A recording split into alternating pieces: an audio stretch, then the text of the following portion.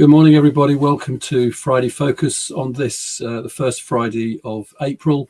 The year is disappearing quickly. Now, again, this is a recorded episode. We're reaching out to people that aren't necessarily around on these Friday mornings. So live chat is not going to be possible today. But please do leave your messages. If you're watching us on LinkedIn or you're watching us on YouTube, please leave your messages and we will respond to you. It won't be done live on the screen as we like to do. Obviously, I talked to you about joining the conversation, and so we can do that conversation in various different ways. It's nice to be able to put it on the screen, and we do value your input wherever you are in the world. Please do comment when you're watching this. If you're watching it off the broadcast time, please do get involved in the conversation. So lots going on here at Smart Curriculum and for the Smart Curriculum Network. We're getting fast approaching our 50th episode, and we'll give you more information on that episode as we get closer to it. But let's get straight into the conversation for today. My guest today is Professor Tom Harrison, Deputy Pro-Vice Chancellor for Education and Innovation at the University of Birmingham and Director of the Jubilee Centre for Character and Virtues. Morning, Tom. Morning, Chris. Morning, Chris. Thank you very much for having me on your podcast today. Really interesting conversation to have. Those people that know me will know that I've talked a lot about the kind of the character education, creativity education, and enterprise as a kind of broader ethic. But I'm really interested to talk to you about what's going on in the character education world. Tell us a bit about yourself, how you got to work, what you're doing now, and what's going on in the Jubilee Centre. Yeah, so as you rightly mentioned, there's quite a mouthful of kind of two jobs I've got right now. I'm a Deputy Pro-Vice Chancellor for the University of Birmingham, and I'm also the Director of the Jubilee Centre for Character and Virtues. And I think most of this conversation will be about the work that I'm lead at our centre, which is a world-leading centre, multidisciplinary. We have philosophers, psychologists, educationalists working together to try and look at this question, this idea, this concept of character and how it really kind of matters in the world right now and contributes to individual and societal flourishing. So I'm privileged to lead that centre and really looking forward to conversation around kind of our research and practical and policy outcomes from that. But it does actually relate to my job at the university as well as Deputy Pro-Vice Chancellor, because whereas the academic centre provides the theory, the kind of the rubber really hits the road in terms of the DPVC job, because that's an opportunity for me to actually try out some of these ideas, albeit in a higher education setting, to see, and kind of learn also about how best to really integrate a focus on character in the core and co-curriculum. And that's been a journey that's gone on for some time, hasn't it? I mean, the work that Nicky Morgan did as EdSec some time ago really centered that conversation, didn't it? So has it grown since that point, or was it ticking over before that? I mean, obviously the Jubilee Centre existed before that conversation. How's it changed? What's going on in the school market particularly? Yeah, so particularly in the school market. So the centre was established in 2012, although the director of the centre there, James Arthur, and others such as myself who was there from the start had worked on this agenda previously. But when it was established in 2012, and we've got data that shows this, pretty much no one spoke about really character or character education. They were probably, and we would say they were definitely doing character education, but not calling that in schools. It just goes on in schools up and down the country every day. You know, schools are formative places where children develop character qualities. You may not use that term, character education, but character development is happening in those places. But to use that language and an idea, and perhaps to bring what's often implicit more into an explicit space, was not really going on at all around the time we established the centre. We put out our first framework in 2013, which started to kind of really warm up the conversation much more in this country.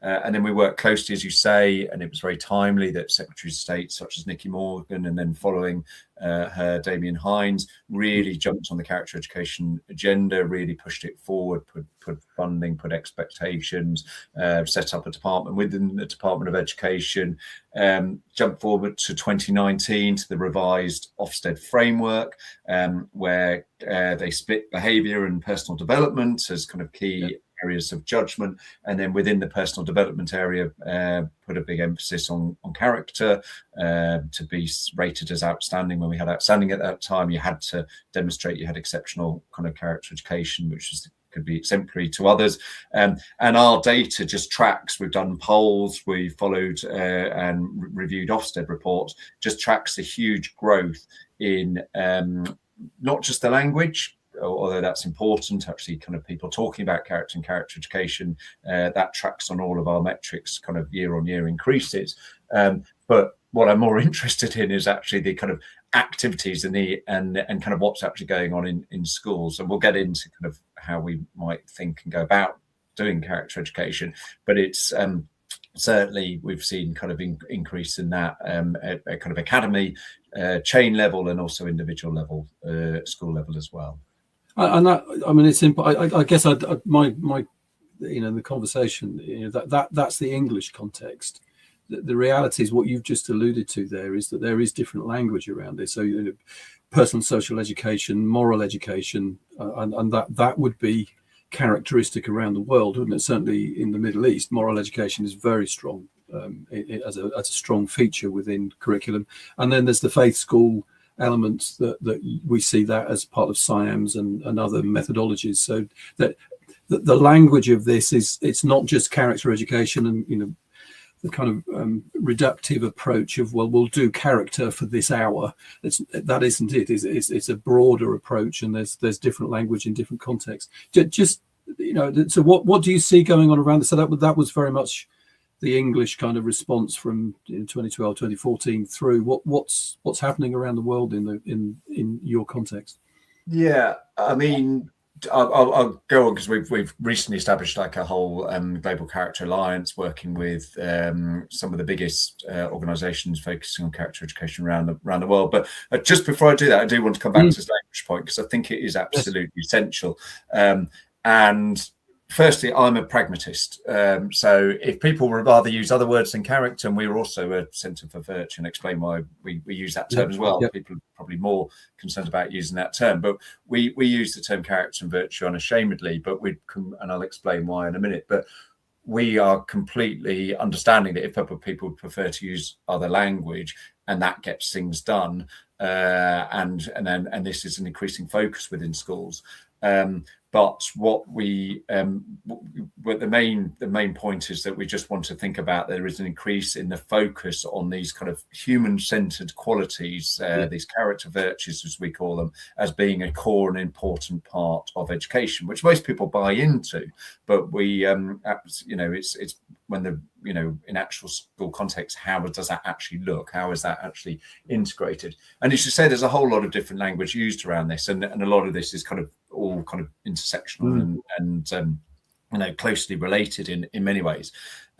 We're, as a centre, founded on a kind of Aristotelian virtue ethics philosophy. So what that basically means is our theory of change around education drawn from kind of 2000 years ago, Aristotelian philosophy, but very much brought up to the modern day and what it looks like today. But in a sense, Aristotelian philosophy basically says the ends, or what we're all, the ends of life are flourishing, human flourishing, and it's character and virtue that is the main determinant in terms of our own flourishing, who we are. Yeah. And the philosophical approach is called virtue ethics, which is why we emphasize virtue. And we understand why people may be cautious about virtue, but as soon as you start to talk about what the virtues are, courage, compassion, honesty, integrity, justice, gratitude, humility, critical thinking, discernment, etc., most people start to nod and go, yeah, these are absolutely essential within our curriculum. So but I mean, there may be some terms we're less keen on, like soft skills. We think these are very hard. Human qualities, non-cognitive skills. These are definitely not non-cognitive. You have to think. You have to reason about what is the right thing to do at the right time in that space. They're closely linked to social and emotional education because there's a very emotional element to character. And there's been lots of work done in various places to bring those together. But coming back to my original point, use the language that works for you. But I think it's the concept, the idea that this is a core part of education is the bit that we're really interested in. And you know, I one of the phrases that I've used, in fact, I was with somebody yesterday talking about you know, this we measure what we value what we measure. I've worked with a number of schools, in particular trusts. So you mentioned sort of the multi-academy trust in the UK, where character education is a centre to what they do, and then they might use a term like attribute. So they're trying to get young people to think about, as you said, you know, courage. Where can I concentrate on courage and develop that? And where might I push my boundaries and step into something more? It doesn't matter what the language is, as long as it's understood. And as you said, you know, the cognitive, metacognitive kind of approach. I'm thinking about what's going on. What am I doing? That's the value. To me, that's fundamental to the approach. I could see you're nodding, so it's kind of we wish more people would be focusing on it. Yeah, and I think you alluded to the measurement challenge there, and it's absolutely right. I'd say exactly the same thing as you. We kind of the problem is we've been fooled into this understanding that the only thing that matters is attainment in the schools because it's become easier to measure in many ways. And this is not to say a knowledge-rich curriculum and really helping young people to really truly understand and apply that knowledge is not absolutely essential. That's a core part of education, but it's not in itself enough, because we need children and young people to be able to apply that knowledge and understandings in ways that benefits themselves and society more broadly. And that comes down to their character and their character qualities. And so we've if students, young people leave school just thinking that their GCSEs or A-level grades are all that matters in education, I feel they've had a very impoverished understanding of what a really good, true, rich education means. And it's understandable, because I think in many ways what's happened is it's easier to measure attainment, you know, standardized testing and other. It's incredibly difficult to put quality measures in that measure these other qualities, these human qualities, these character qualities that we think are so important. And in a way, we've become very reductive in a lot of what we've done in that space. And I think it's not through choice or by purpose. I think it's by accident almost. We've ended up in a position that, you know, we're at university, we pick up many students who come to university who've kind of just seen their grades get them to the next stage, and suddenly they arrive at university and we're going, well, you know, your first or your 2-1 that you get here is probably not going to be enough on its own to get, you know, that job that you're looking for. There's other stuff that you need to do in that space. So it's kind of emphasizing that a real understanding of education, a true education, is not just the grades and the tests and examinations, which most people understand, but we seem to have kind of lost it to some extent in some of our process in schools. And that, hence these kind of conversations, Tom, and I value them immensely. I mean, so, you know, 40 years of being in that process for me, you know, we've come into this world where it's, as you rightly say, it's easy to measure certain objective things, how much knowledge you've retained, where the whole process of education is much richer and broader than that. And I sense around the world that people are, I mean, you mentioned there, you know, things like critical thinking. There's lots of people talking about critical thinking as a characteristic, an attribute, a skill that learners need to employ, understand, and use wisely, particularly in the digital world. That, you know, that's becoming even more important. But let's go back a step in the sense of, so, you know, we've said, you know, character education is important. You've talked about some of the attributes. That's a language that I've got used to using. So that, you know, whether that's virtual. Yeah. As I said, use a language that works for you. And in fact, in actually our own university, we call them the graduate attributes, but a lot of them are character qualities. So so that's working. Yeah. I'm going to shout out to people that I was, so, you know, Emma and Mark, with Foundations First, that concentrate on sort of foundation level. We work closely. They've been on the podcast several times. We've talked about, the 6 attributes that they work, and obviously the alphabet of attributes that they do. I've worked with Charlie Rigby and the Challenger and that process. So I know, we've done quite a lot of work in Smart Curriculum with that whole approach. Just to go back to this, what does character education kind of look like? What's in it? Give us some examples of how people are sort of responding to, and then I'd kind of move into, you referred to data and how you're tracking it. I'd be interested to sort of go into that, but let's talk about what character education is at the start point. Yeah. So I've kind of given you a brief background to why character and linking to human flourishing, and then the next question is kind of what is character. We quickly get you to the building blocks of characters, we call them, and we talk about these 4-part kind of typology of virtue, or you can call them character qualities. And I'll just briefly talk you through them. So we talk about performative virtues or strengths, and that's often where a lot of people go with character. And these are things like teamwork, leadership, resilience, etc. We talk about a lot about these character qualities. The reason we may call them strengths more than virtues is because they're not necessarily goods in themselves. There's a lot of people who apply, great leaders, great teamwork, great determination, great resilience, but they're applying it in ways, whether in the classroom or, in life, in not ways that are necessarily good for themselves or other people. They're not goods in themselves. That moves us over to the moral virtues. So I mentioned some of them earlier. Compassion, justice, gratitude, honesty, etc. These are the qualities that are obviously essential to live a kind of a moral life where you're contributing to the common good. We also talk about a subset of them of the civic virtues, which is the application largely of those moral virtues in political and society in life. So it's things like service, volunteering, civility, etc. And then the final group is these intellectual virtues or qualities, which naturally fit within an academic setting anyway.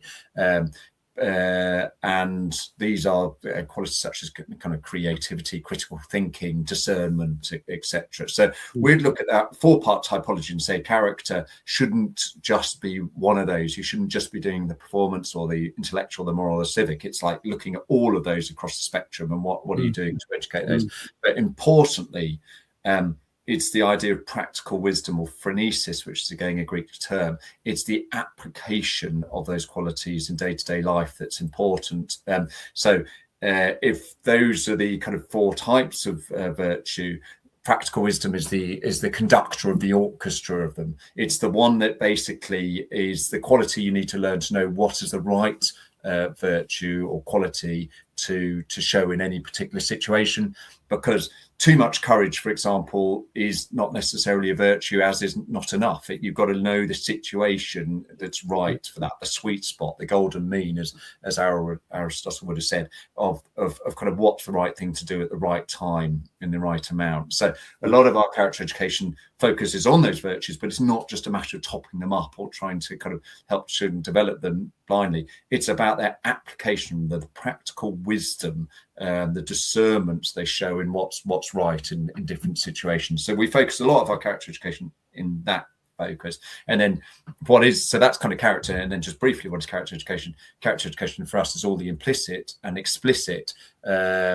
activities, approaches that seek to educate those qualities, and in more and less formal settings. And that, I guess, the challenge is in any educational organization is where you provide the opportunity for those to grow and flourish. And it's not necessarily just in a classroom receiving taught learning knowledge. It's in the plethora of other things that become the societal base of an organization, a school, a community. For those that kind of are really into this, give us some sort of feel for what that looks like in a school, because you're looking at it and exploring it. What are the good people doing? What does it look like? Yeah, great. So as I said earlier, I've never visited a school, including all the schools I went to, that didn't in some way shape or develop my character. Schools are formative places. Character education, whether you call it that or not, is happening. It may be happening better, it may be happening worse. The sorts of character qualities that we want children to develop may be really being developed, or it may or may not be.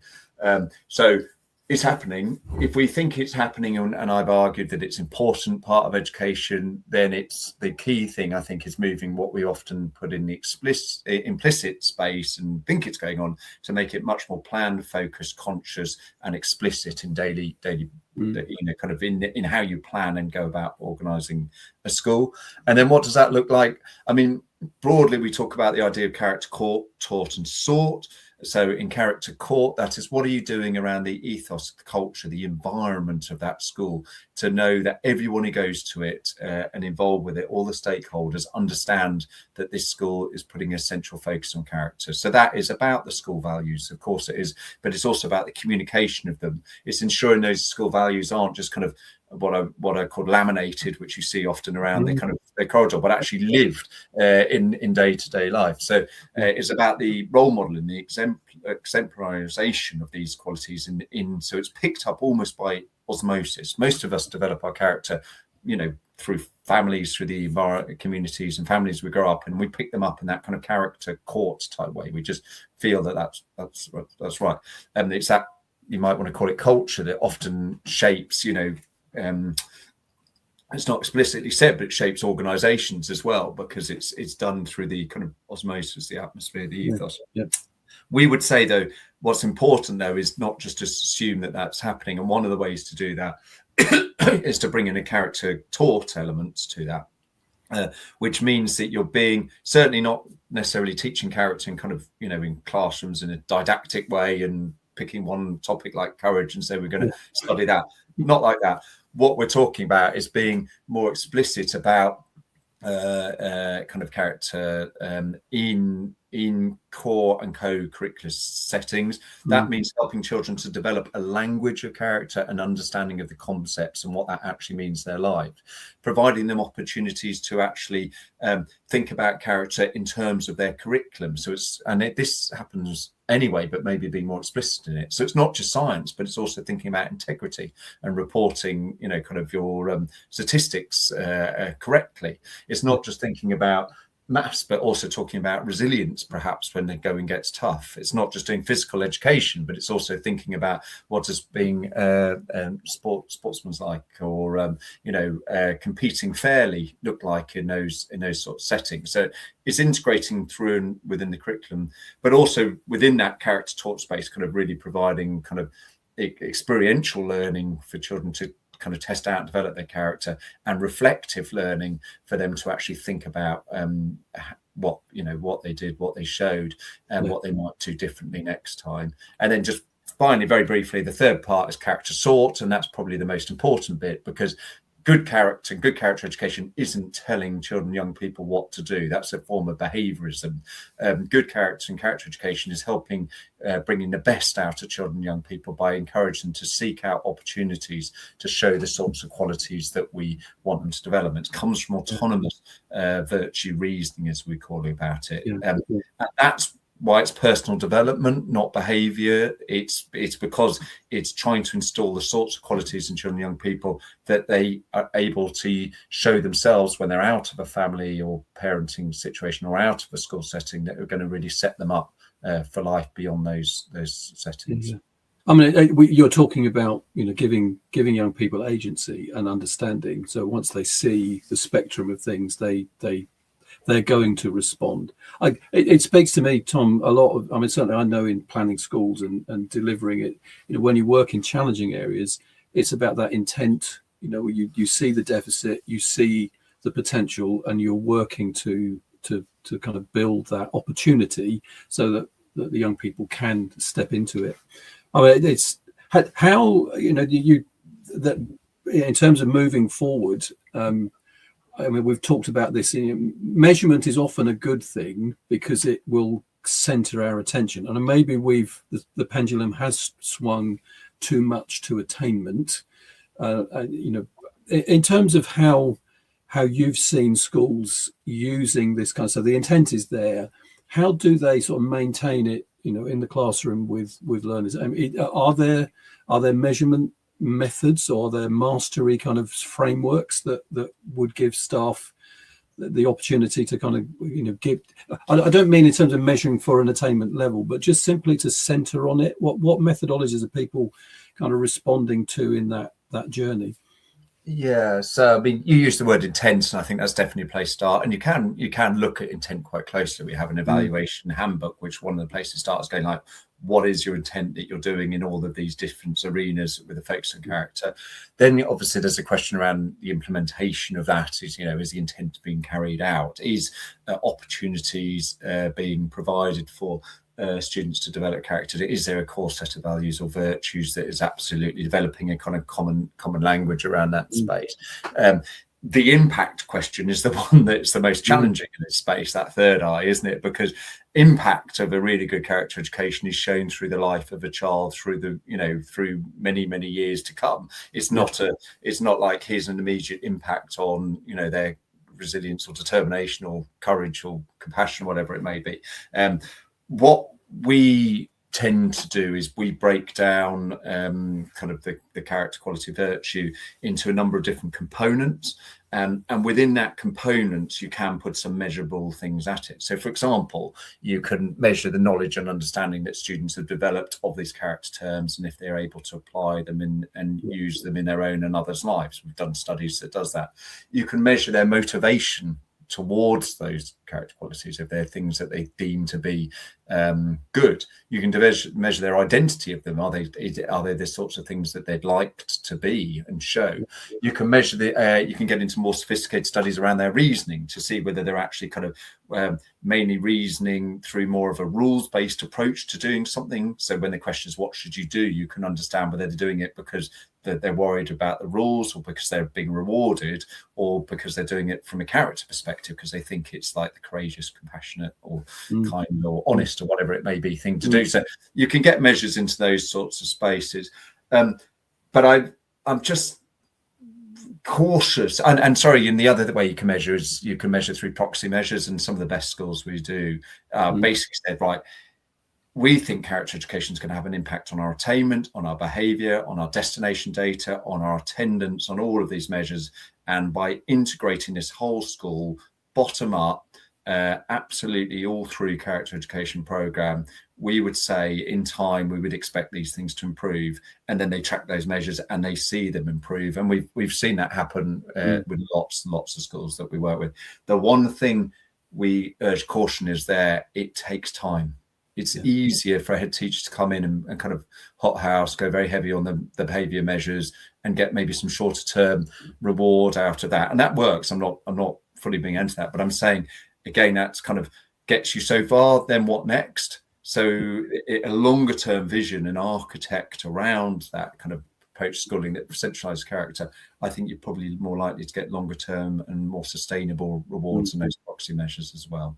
I hear, Tom, I think you're right, and I know from my own experience of that, there are unintended consequences of forcing those things through. I mean, I think you alluded to it before, that idea of you might be the highest grade in the system, you might well have your 2-1 or your first class honours degree, but there's character, there's more to you than that, and if you want the job that you're asking for, you need to be able to talk to people, and you need to show empathy, and you've got to develop a whole lot of other skills and attributes other than just that knowledge. So I think there are unintended consequences of forcing through, and I would agree with you that journey is a long one. Tom, I'm just going to pause for a moment. Excuse my voice. I need to do the kind of like, share, and subscribe, but just give me 1 second, and we'll come back to the conversation. So thank you for being here. Thank you for joining the Friday Focus. As ever, please like, share, and subscribe the channel. The Smart Curriculum Network is on YouTube, LinkedIn, Spotify, and Substack. The Smart Curriculum newsletter is going out weekly. We're seeing it around the world, about 4,500 people picking it up every week. But thank you for being here. Just sort of this period since the 12th of March, you'll know that I've been working on bringing details together, and actually quite cognizant of what we're talking about today, the Perfect Timetable is now out and published. It's available on Amazon, electronic version, ebooks, and this time a printed copy. It's not about timetabling as in putting blocks in holes. It's about how we shape a curriculum, and it's there's some speaking to this very subject of how we get character, creativity, and enterprise into the kind of ethic of curriculum design. So if you're interested and want to get involved, please do use the QR code on the screen or go to Amazon and find a copy of the book. Really appreciate it if you leave some comments on LinkedIn and just or even on Amazon to get involved in that conversation. Now let's get back to this conversation with Tom. Tom, you mentioned a moment ago about sport, and I know that's something that you're kind of involved in, and how character education is impacted by and impacting that sports lens. Tell us a bit more about what's going on in that world. Yeah, very timely, Chris, because yesterday we ran a big conference at Birmingham City Football Club, who are one of our partners, and it was on the kind of the interlink between sport and character, because many people go, oh yeah, those two terms just often go together. You just listen to any kind of football manager coming off saying, they show character on the pitch, or it was the character that kind of saw us through today, etc. Those terms are thrown away often in sporting arena, but when it's actually getting into the depth of what does that actually look like, and that's what that conference was about yesterday. And we were amazed by who came. I think we had representatives from kind of 12 or 14 different sports. We had people from across the country from schools attend there, really wanting to kind of learn and also share their own work they're doing in this space. And the topics really looked around the fact that it seems clear that actually to be successful in sport, and this may be at elite level, but also at grassroots level, technique and skill matter, but it's often character's the difference, particularly in team sports, but not necessarily the case. But also that actually sport builds character, and that is obviously sport or physical education is a universal expectation for all of our children. If most of those children aren't going to want to go on to be kind of athletes or unlikely to be Premier League footballers, we've got to have an offer, physical educational sport offer, that children find fun, want to engage with for all the good mental and physical reasons, but also an offer that allows them to understand how it's really beneficial for their personal development as well. So a lot of the conversation was like, how do we maximize sport as a thing that many children love engaging with, and even those who don't like engaging with so much see the benefit of participating in beyond kind of just being successful or winning in a team. So it was a fascinating conversation, got lots into kind of the ethical aspects of sport, which run all the way through, the difference between kind of values that you see between what teachers are trying to get their students to show and maybe parents and others on the side of the pitch. So lots of ethical dilemmas in that space. And we developed a framework that we launched yesterday that really talks about the importance and the potential for support to support with character development, with a particular focus on the coach, and kind of how coaching is so essential to character development in that sports space. So Tom, if once we're done with the recording, it'd be good to share that framework if that's possible, and just put it in the show notes if we could, if that's possible. Absolutely, yeah. It's published online, so we will share it with you. Yeah. So we'll make sure that it's linked to. I just on that. I've found, the years I've been working with schools, there's the issue about, you referred to it, the elite sports. The high performing individuals that are doing, they're often very driven. They've got goals that they work to. They're looking for that kind of personal improvement. I find language around this whole area quite important. So we call it physical education. Quite often, it is biased towards elitist sport because it's often led by people that have been in that world, where actually we're talking about personal health and fitness for many learners. And it's how we use that language to encourage that, exactly as you said, so this is a lifelong fitness ambition, and using language to encourage learners to engage at a different level, rather than I'm not the elitist, I'm not that high performance person, but I can still get involved because it's going to help me, it's going to grow me, getting out and setting myself a personal best or doing something particular. That the resilience and the kind of determination in that is really important.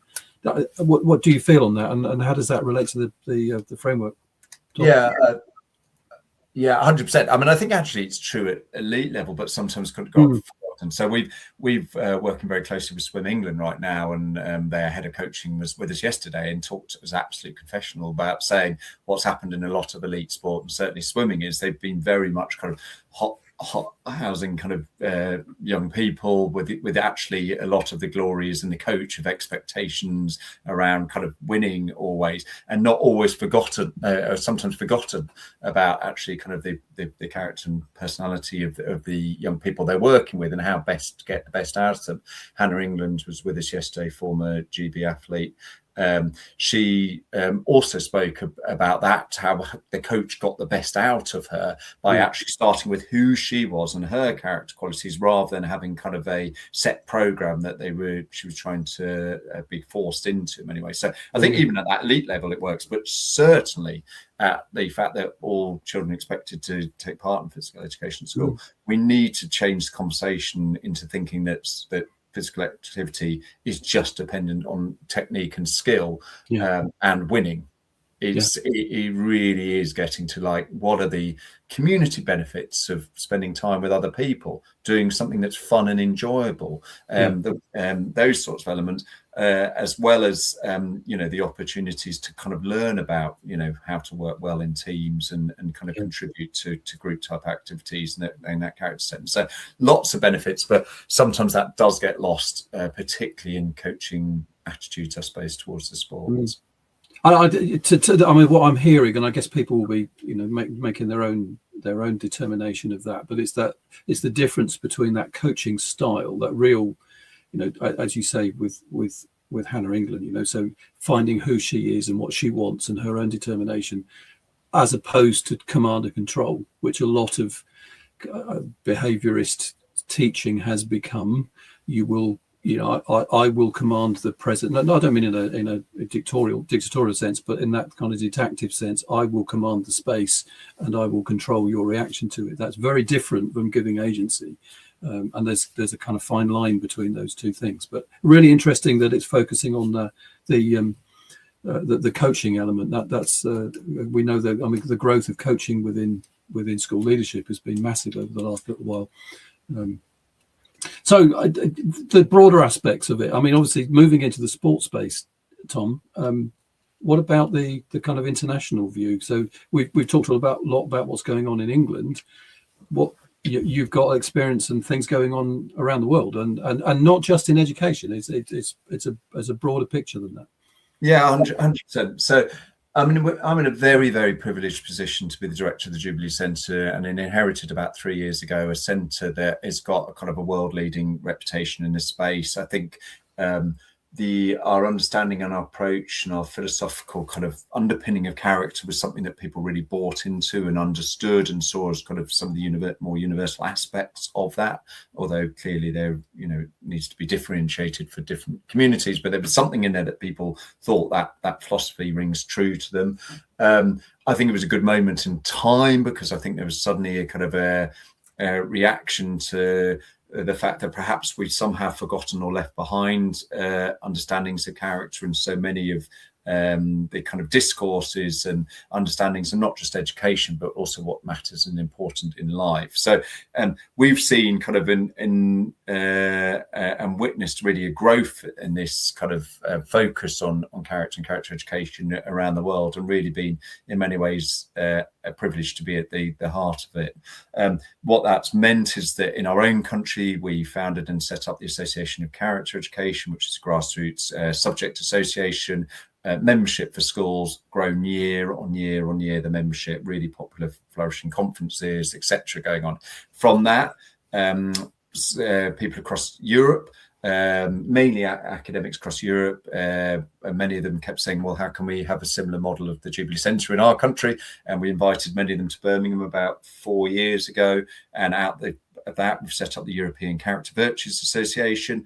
That's now the conference, probably members from 15 or 20 countries come to our annual conferences each year. And there's a growing European area this with kind of research centres and practice centres right across Europe, and also a pan-European study going on right now looking at teachers and parents' perspectives of character education.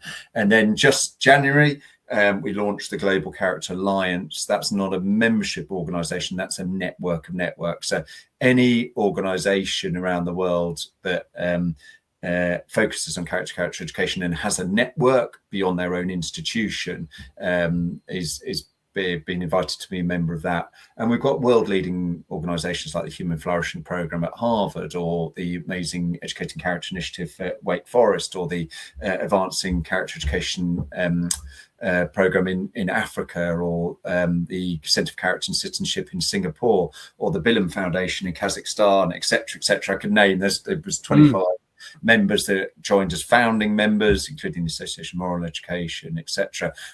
These are regional and sometimes continent-wide organisations, and the aim is really not to say that one size fits all, or there's a blueprint about how to do this. It's more, let's learn. If we all think that character matters, let's learn from each other and support each other, and where possible influence policy, and particularly kind of national policy like OECD, PISA policy, etc., to try and really understand more about what this looks like in different contexts, but also see where the commonality is to kind of shape this more in education curriculum around the world.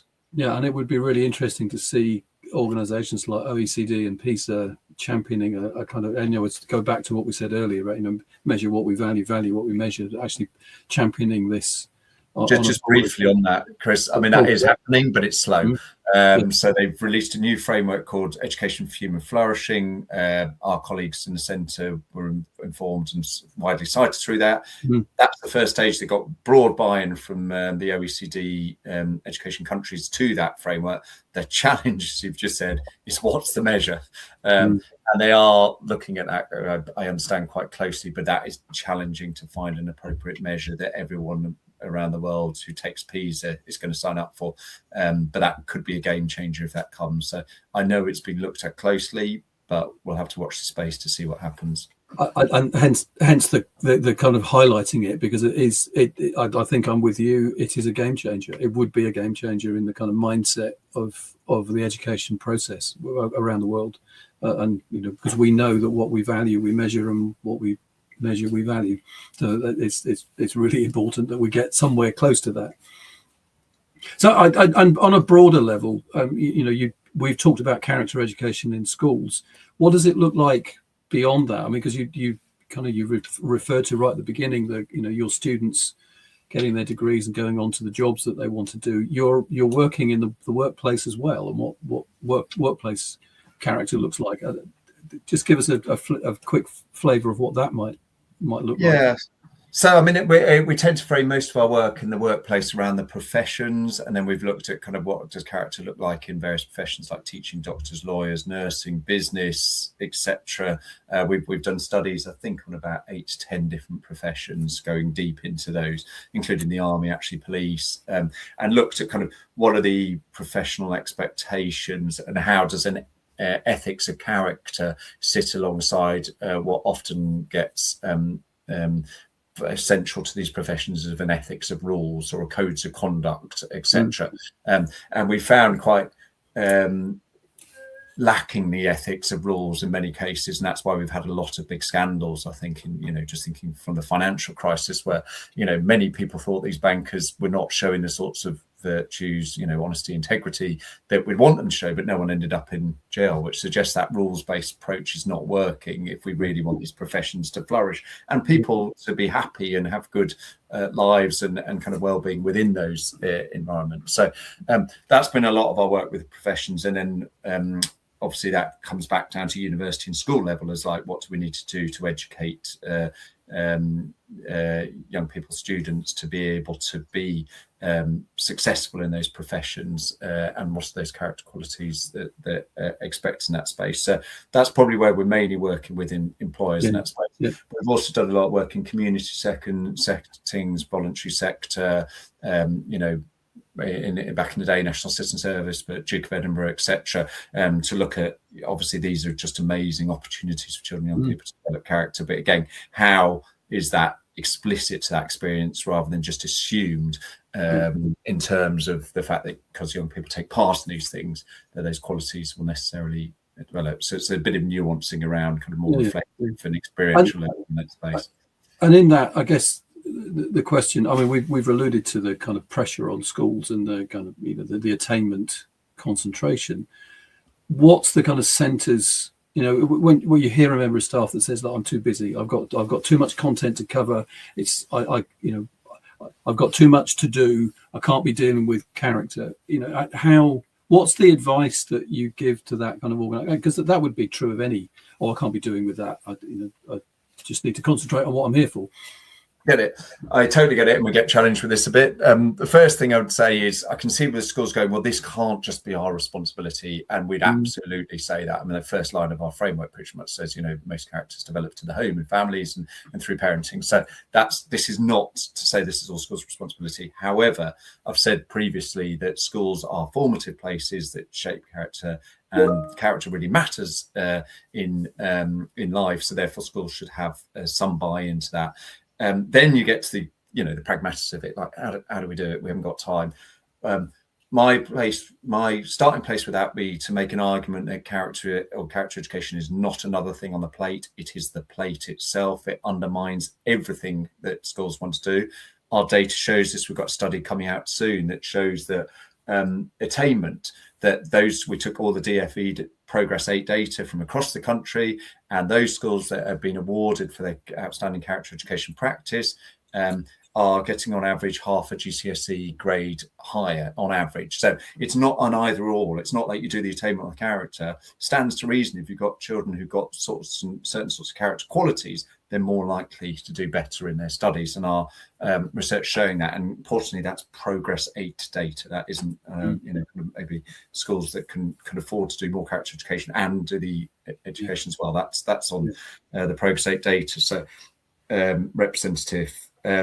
But I think that's also true of these other areas like behaviour. If you take a behaviour approach that focuses on the qualities that you want children to show, etc. Destination, employment data, employers more than ever are asking for this. So that's why we'd say it's the plate itself. And then just finally, the other challenge you often get is, money is very tight. It is very tight. The point about character education is that it doesn't cost a thing. Where it does cost is in time. To do it well, it is about having that really good conversation with a child in the corridor when you notice or you spot something going on, or putting that extra time into an extracurricular activity, so it's not just the doing of the music, art, so drama, but also the thinking and reflective learning on that. But it's a cost of time for sure, which obviously I understand there's a cost related to that, but it's not a cost of kind of resources and things that you actually have to buy in that space. So we think it's essential. And schools, teachers, our service show this, buy into this, it's essential. Then it's just a matter of kind of finding the prioritization to make it core to what schools do. So it's a modeling exercise. It's a human interaction. It's how you behave. There have been lots and lots of programs around the education world around discipline with dignity, and there was one that was quite prevalent. So those kind of methodologies that we teach, but modeling that kind of behavior. Now you've talked about PISA and their concentration and their struggle with it. What do you see coming next? What in terms of sort of future scoping? Where's this journey going? You've done a lot of work, and it's kind of valuable, informative, giving people the space and shape of it. What's next, Tom? What's coming? Yeah, I mean, it's a few things. So watch the space on PISA, OECD. I think that's what could be exciting. I think perhaps the biggest driver that's perhaps legitimizing a focus on these human-centered qualities and character is AI and AI in schools and what that's going to affect on the education system. But the one thing that feels that many people are saying is, as schools potentially become more digital, as AI potentially takes over more kind of learning, or certainly, I'm not going to get into whether learning should be, AI form gamification, all of that sort of stuff on there, but let's assume that is happening or likely to happen. The reaction to that from many people is, right, if we're doing that, we have to lean much more heavily into the human-centered character education type educational activities to kind of sit alongside that and go alongside that. So that'll be exciting to see what that happens over the next kind of 5 years in that space as well. So and then just for the Jubilee Centre, I mean, a lot of what we're positioning ourselves as is to in the ways that I said within kind of the Global Character Alliance, but also the particular projects, the international research conferences we are.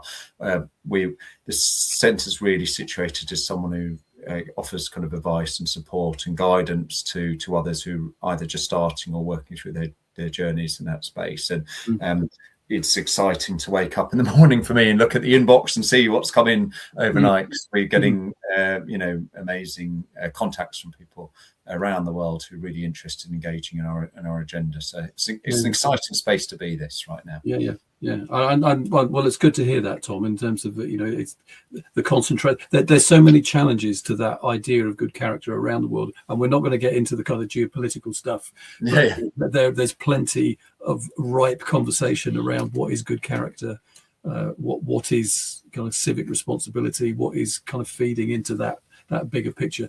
That's territory I'm not going to go into this morning, but it's clear that there are lots of questions out there of what that looks like, and your work is kind of feeding into that. So as we draw the conversation, we've covered an awful lot. I mean, we could spend a lot more time talking about the digital space, and I often say to people, I mean, we've talked a lot about AI on the podcast and how it's rolling out in schools, and I think we come down to the using the AI for the non-human stuff to augment non-human stuff, but it does emphasize the fact that the humanity needs to be there, and we need to emphasize that with the people. But if they're in terms of the work that you've done, the work of the Jubilee Centre, and the international interest that's coming from that, if there was one thing in the education space that you would want to see change or be different, or my standard question is, what would you like to see change? What would that one thing be? Yeah, I think in many ways we've got to be recognizing now we're entering what many people are starting to call the post-digital world, and therefore just the world, because digital technologies are just so ubiquitous everywhere. I've been putting a particular focus in my own research on this idea of digital wisdom, but actually we're just getting back to wisdom. What does wisdom look in the world? Because technologies are through and with everything we do.